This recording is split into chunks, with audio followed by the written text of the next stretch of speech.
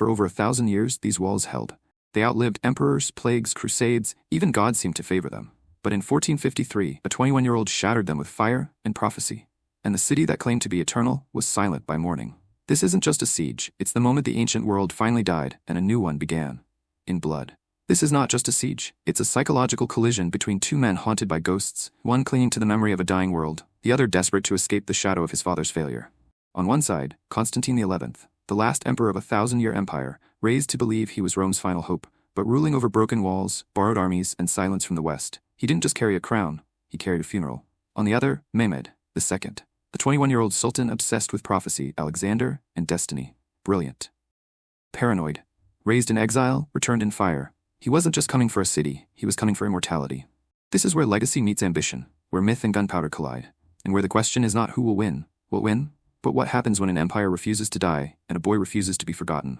To understand the siege of Constantinople, we must first understand the two men at its heart, two lives forged by loss, ambition, and ghosts that refuse to let go.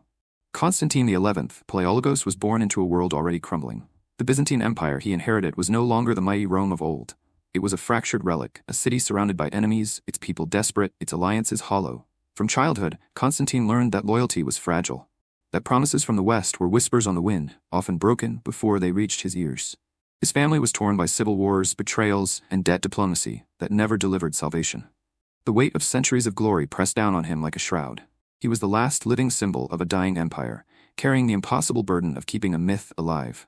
Constantine's wound was not only political, it was deeply personal and existential. Haunted by the ghosts of Rome, he lived inside a decaying shell, desperate to preserve a legacy that was slipping through his fingers. Every day, the city around him whispered of death, and every night he dreamed of a future where his name would not be the last emperor, but the last hope. He was a man trapped between the past's greatness and a future that refused to come. On the other side of the battlefield was Mehmed II, a boy shaped by ambition and prophecy. Born to a sultan whose rule was unstable and unpredictable, Mehmed's childhood was a whirlwind of palace intrigue, shifting alliances, and the constant pressure to prove himself worthy of the throne. Unlike Constantine, whose empire was dying, Mehmed inherited a kingdom bursting with possibility, but fraught with danger. From a young age, he was surrounded by stories of conquerors, Alexander the Great, Julius Caesar, men who bent history to their will. These legends became his blueprint. But beneath the grandeur lay a deeper wound. Mehmed's father was a man of contradiction, at times distant, at others terrifyingly present, leaving Mehmed with a desperate hunger for recognition and control. His need to conquer was not just about land or power, it was about filling a void left by an absent, unstable father. At 21, Mehmed believed destiny demanded he seize what no one before him had dared, the walls of Constantinople itself. Each man was the product of a ghost. Constantine, haunted by the death of an empire that once ruled the world. Mehmed, haunted by the absence of a father who vacillated between power and retreat. Before they ruled empires, they survived their childhoods. Constantine's earliest trauma was the realization that no army, no alliance, no prayer could save his city. The West, Christian Europe, promised aid, but delivered silence. His siblings died young, his family fractured. He learned that even emperors could not protect the people they loved. The empire's decay was not only physical but psychological, a slow erosion of hope and trust. The crushing weight of abandonment was his constant companion, shaping his every decision and every moment of doubt. Mehmed's wound was different, but just as deep. Raised in the volatile Ottoman court, he watched his father's rule wobble between fierce ambition and quiet withdrawal. He was a child caught between worship and fear. His education was rigorous, filled with tales of conquest, but also marked by the pressure to live up to a legacy. His identity was intertwined with the need to prove himself, to turn prophecy into reality, to conquer not just lands, but his own inner chaos. The world around them was no less brutal.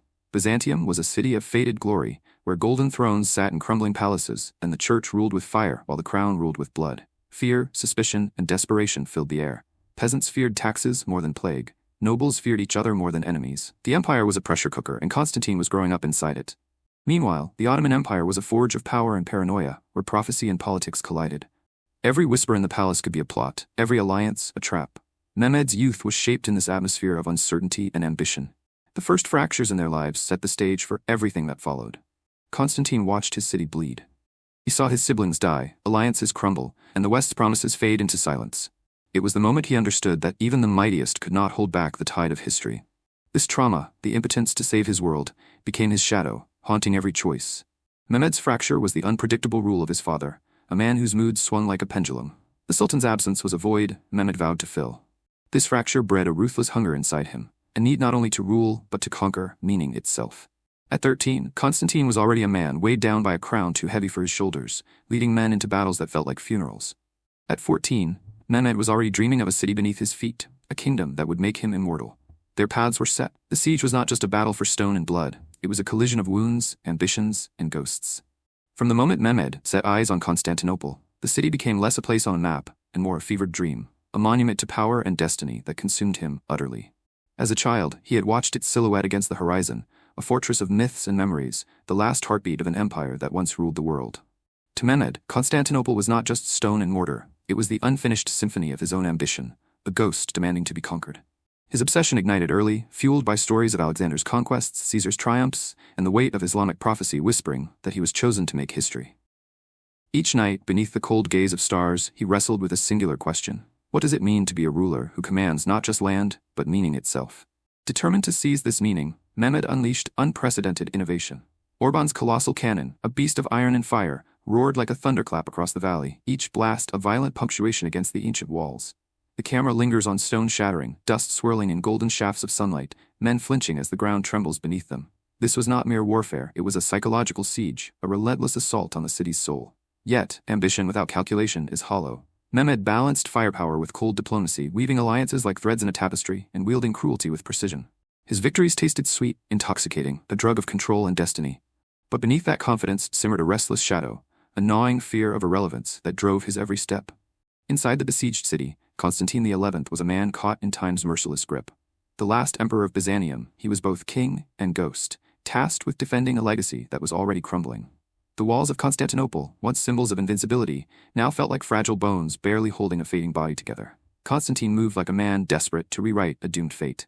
He poured every ounce of strength into fortifying the ramparts, rallying soldiers and civilians alike with speeches that echoed through stone corridors. The camera closes in on his eyes, haunted, yet fiercely determined, reflecting both hope and exhaustion. He sent desperate pleas westward, carried by couriers racing against time, letters stained with ink and blood. But those cries met an unbearable silence. The fractured Christian world, caught in endless schisms and petty rivalries, turned a deaf ear. The West had already buried him beneath its own betrayals. He waited for salvation that never came. Within the walls, the city's spirit began to fracture under the relentless pressure. Hunger gnawed like a ravenous wolf, famine twisting stomachs and minds into knots of despair. Fear seeped into every corner, whispered rumors of eclipses, and omens darkened the skies and hearts alike. The heavens themselves seemed to conspire against them. And then, the old fractures in faith widened into yawning chasms. Catholic and Orthodox Christians, once bound by shared belief, found themselves divided by centuries of distrust and theological bitterness. What should have been a united front against a common enemy became a battlefield of suspicion and contempt. Allies whispered doubts, old wounds bled anew. Constantine's mind became a battleground between faith and realism. His heart yearned for glory, the shining echoes of a Rome long gone. Yet his eyes, sharp with cold calculation, knew that survival demanded sacrifice beyond pride. He was emperor of a city haunted by ghosts, ghosts of empire, faith, and impossible expectations. The siege's turning point arrived with the thunder of cannon fire against ancient stone.